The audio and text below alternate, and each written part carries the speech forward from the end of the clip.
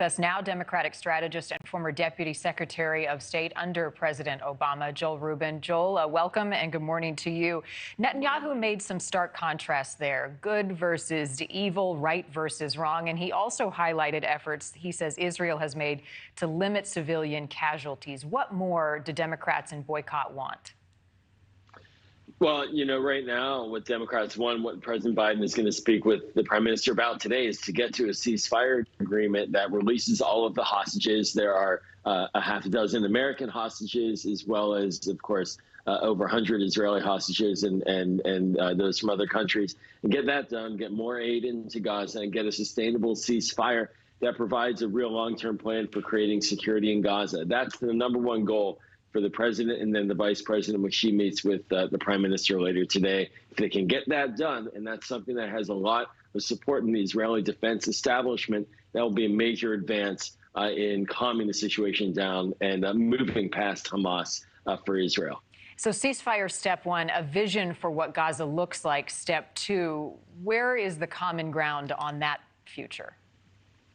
I mean, this has been a very interesting public discussion. There's a lot more behind the scenes. Behind the scenes, the United States, our diplomats are meeting, of course, with Israel, as well as with several Arab countries, including the United Arab Emirates, to talk about a way to finance a reconstruction inside Gaza, get more humanitarian assistance in, and bring in Palestinian-led governance as well. That's a sore spot that creates complications with Israel and the Palestinian Authority. Was kicked out by Hamas in 2006. It still governs the West Bank area. So there's a lot of tensions internally in Palestinian politics as well. But that's the core set of issues that we're looking at ultimately to see how the Palestinians can rebuild and reconstruct Gaza in a way that no longer threatens Israel. And that's what the prime minister laid out yesterday. It needs to be demilitarized, de-radicalized.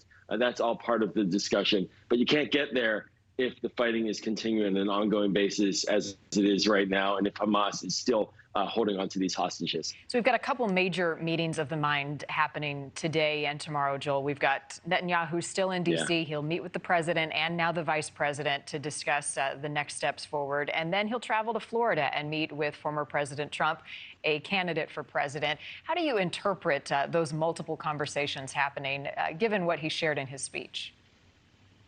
Well, I think, look, the prime minister understands that the strength for Israel resides in the support from the United States. And that support, the bedrock of it is in the bipartisan support of both Democrats and Republicans.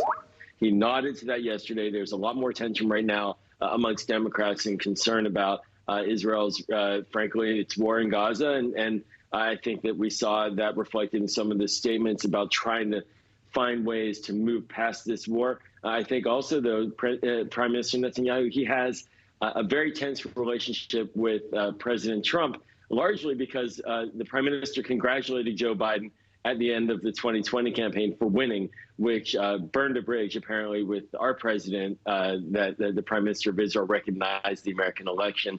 And so now Netanyahu, who did like what President Trump provided to Israel, is going to go there to try to patch things up. He doesn't know, nor any of us do really know who's going to be the next president. So he's trying to make sure he keeps his relationships with both sides. What do you make of the Abraham Accords, this part of his speech, and the Abraham Agreement he's proposing? I think it's interesting. The Abraham Accords, for folks who aren't in the weeds on this, basically was peace between Israel and multiple Arab states brokered by President Trump. And President Biden has embraced that. And has tried to expand it and is close to expanding it, in particular to Saudi Arabia. I think that's a foundation to build on. It's maintained itself. It's been a solid undergirding of relations between Israel and several Arab countries. And so the idea of expanding it matters. Of course, then they're looking at, and the point that the prime minister made is looking at Iran and how to curtail Iranian recklessness in the region as part of that.